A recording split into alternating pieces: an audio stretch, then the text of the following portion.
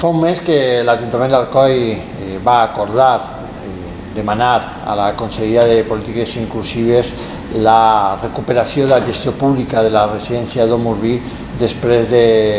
la terrible situació que havíem viscut a la nostra ciutat. Aquesta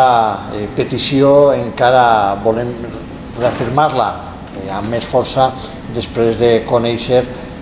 la informació que el responsable de la unitat d'hospitalització domiciliària va comunicar al voltant dels incompliments dels protocols d'actuació per part de la residència durant els primers moments de la pandèmia. Aquestes circumstàncies les he traslladat a la vicepresidenta del govern valencià, Mònica Oltra, que també comparteix aquesta preocupació i sabent que no és fàcil aquest procés de reversió, sí que és una possibilitat que està damunt de la taula i que va a explorar-se. De fet, per a finals d'aquest mes està prevista una reunió